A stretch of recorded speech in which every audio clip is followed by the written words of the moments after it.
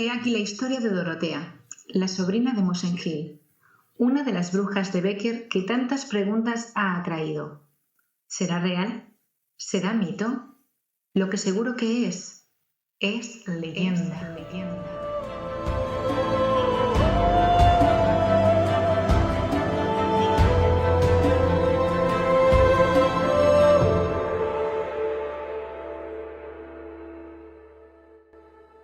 Leyenda Negra de Trasmoz. Un podcast donde te contamos historias del único pueblo excomulgado y maldito de España. Hola queridos oyentes y bienvenidos un día más a la Leyenda Negra de Trasmoz. Soy Nekane Koru, vuestra narradora de hoy, y me gustaría que nos adentrásemos de lleno en una de esas cartas desde mi celda del ya nombrado Gustavo Adolfo Bécquer, donde nos relata la historia de una de sus brujas, la más joven y bella, Dorotea, que era la sobrina del célebre cura de Trasmoz de la época en la que se desarrolla esta leyenda.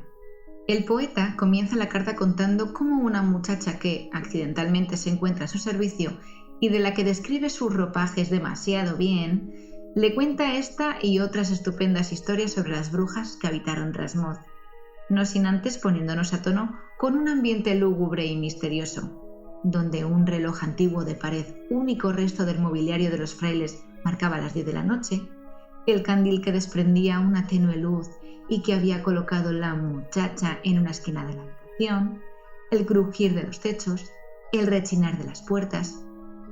Y yo me pregunto, ¿qué hacía esta chica a esas horas de la noche en los aposentos del célebre escritor? Bueno, que me desvío del tema. Vayámonos con la bruja. Dorotea, la sobrina de Mosén Gil.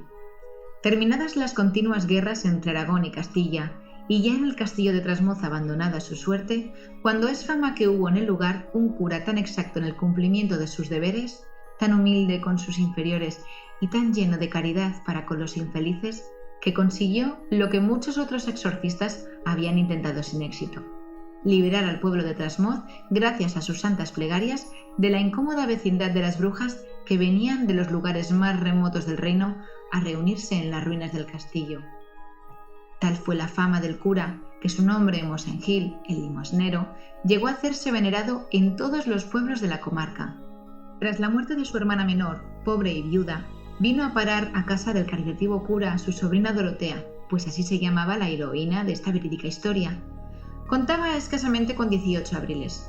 Parecía educada en un santo temor de Dios, un poco encogida en sus modales, melosa al hablar y humilde en presencia.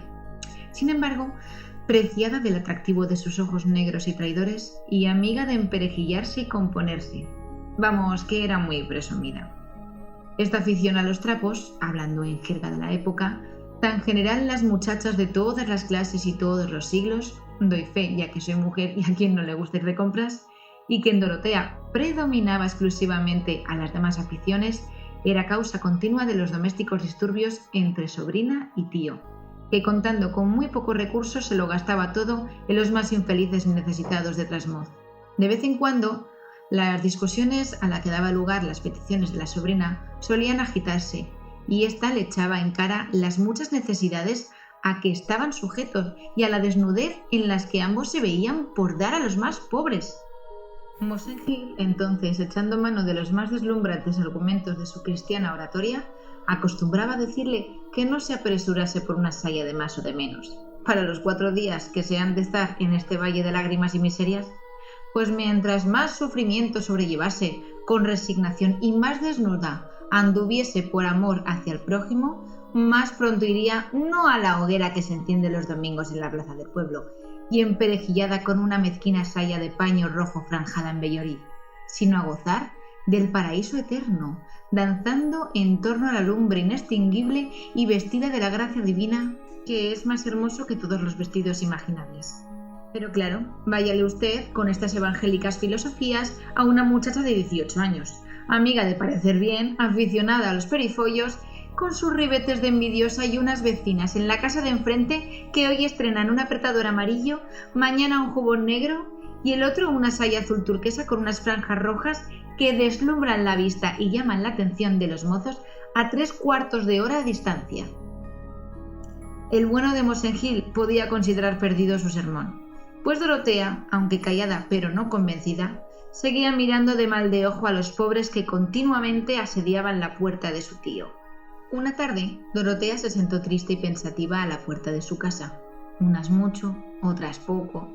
Todas las muchachas del pueblo habían traído algo de tarazona para lucirse en mayo en el baile de la hoguera.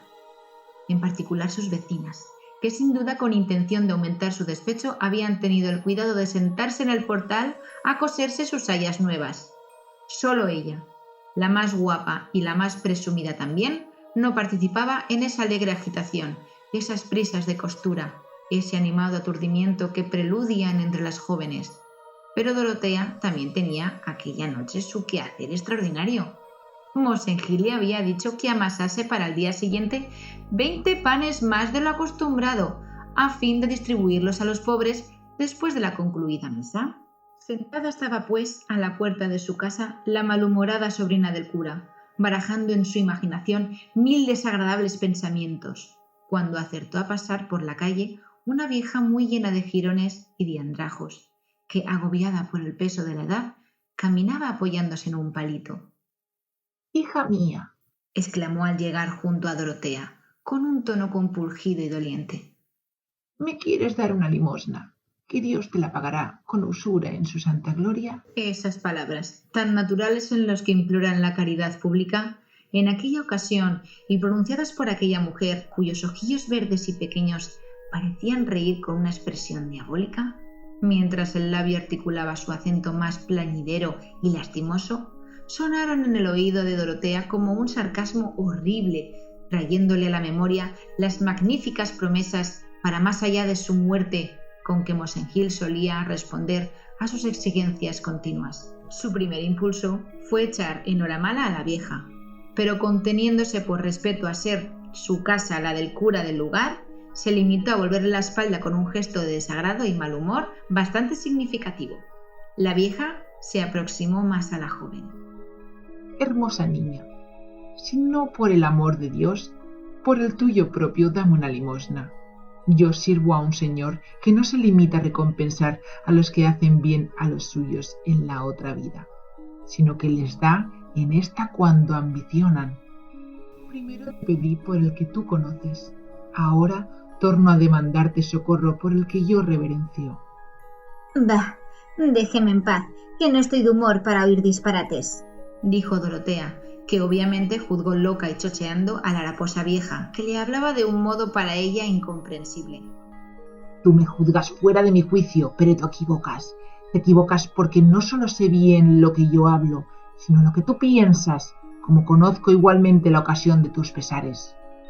Y cual si su corazón fuese un libro y éste estuviera abierto ante sus ojos, repitió a la sobrina del cura cuántas ideas habían pasado por su mente al comparar su triste situación con la de las otras muchachas del pueblo. «Mas no te apures», continuó la astuta arpía. «Hay un Señor tan poderoso como el de Mosén Gil, y en cuyo nombre me ha acercado a hablarte sobre pretexto de pedir una limosna. Un Señor que no solo exige sacrificios penosos de los que le sirven, sino que se esmera y complace en secundar todos sus deseos. Alegre como un juglar, rico como todos los señores de la tierra juntos, y sabio hasta el extremo de conocer los más ignorados secretos de la ciencia, en cuyo estudio se afanan los hombres. Si quieres ser de los suyos, si quieres gozar de cuando ambicionas, a muy poca costa puedes conseguirlo. Tú eres joven, tú eres hermosa, tú eres audaz.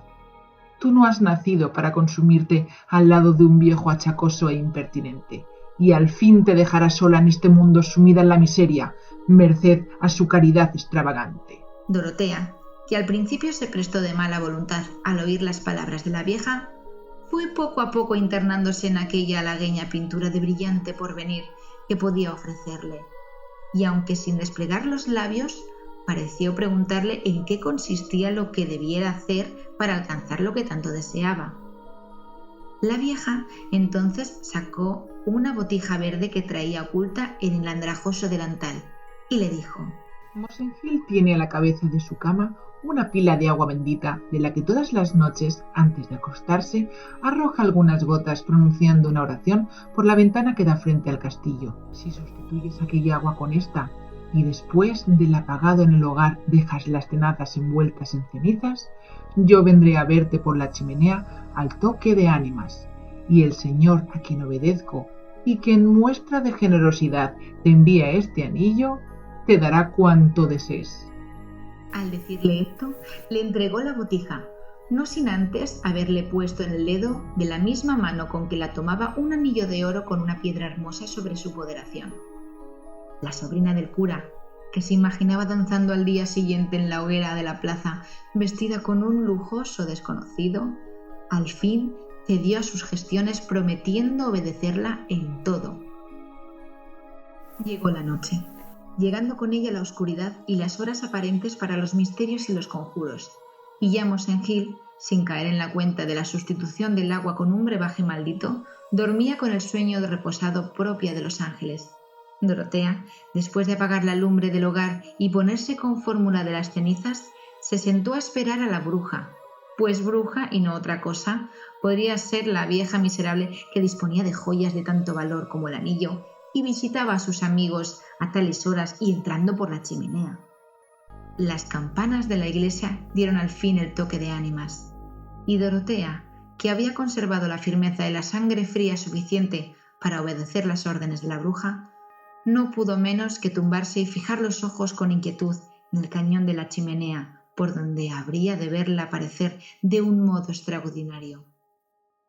Esta no se hizo esperar mucho, y con el eco de la última campanada cayó de golpe entre las cenizas un gato gris. Tras él, otro gato rubio cayó, y después otro negro, y así hasta 15 gatos revueltos con una multitud de sapillos verdes. El gato gris, que parecía el jefe de la banda, se levantó sobre sus patas traseras y le dirigió la palabra en estos términos: Has cumplido lo que prometiste, y aquí nos tienes a tus órdenes. Si quieres vernos en nuestra primitiva forma y que comencemos a ayudarte a fraguar las galas para la fiesta y amasar los panes que te ha encargado tu tío, haz 3 veces la señal de la cruz con la mano izquierda, invocando a la Trinidad de los infiernos, Belcebú, Astaroth y Belial. Dorotea, aunque temblando, hizo punto por punto lo que se le decía, y los gatos se convirtieron en otras tantas mujeres, de las cuales unas comenzaron a cortar y otras a coser telas de 1000 colores. También fabricaban pendientes de filigrana de oro para las orejas, anillos de piedras preciosas para los dedos. Cosían unas zapatillas de tafilete tan hermosas y tan bien acabadas que merecía calzar el pie de un hada. Todo era animación y movimiento alrededor de Dorotea. Esto se prolongó hasta rayar el día. A la mañana siguiente, Mosengil, sin sospechar la parte que las brujas habían tomado en su elaboración, repartió, terminada la misa, sus panes entre los pobres y felicitó a su sobrina, que parecía fatigada por tan increíble esfuerzo. Por fin llegó la tan esperada noche y la gente del lugar encendió la hoguera en la plaza donde debían continuar el baile. Dorotea aprovechó el sueño de su tío para poder vestirse apresuradamente con su hermoso vestido y emperifollarse con sus doradas joyas. Cuando llegó a la plaza del pueblo, figúrense el efecto que su aparición producía. Sus rivales en hermosura, que hasta allí la habían superado en lujo, quedaron oscurecidas y arrinconadas.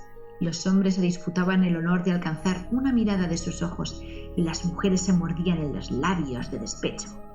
Como habían anunciado las brujas, el triunfo de su vanidad no podía ser más grande. Desde aquella noche en adelante no le faltaron enramadas en sus ventanas, música en sus puertas y rondadores en las esquinas, y a los 2 meses la sobrina del cura se casaba con uno de los mozos mejor acomodados del pueblo. Solo el pobre Mosengil perdió desde aquella época y para siempre el latín de sus exorcismos y el trabajo de sus aspersiones, y las brujas tornaron a aposentarse en el castillo.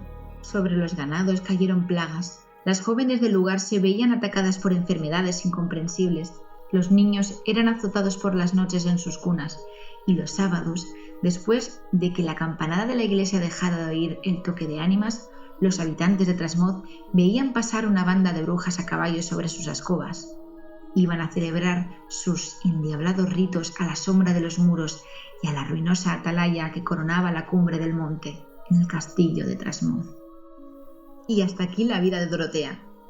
Cuenta nuestro querido Becker que esta muchacha podría ser el principio de un largo vástago de la dinastía de las brujas de Trasmoz, pues él tuvo ocasión de conocer a la hermana de la famosa tía Casca. Pero eso ya es otra historia. Si habéis llegado hasta aquí, daros las gracias por contar con nosotros y querer saber más sobre las leyendas negras de Trasmoz. Hasta el próximo capítulo. Felices pesadillas. Disponible en iVoox, Spotify, YouTube y Google y Apple Podcasts.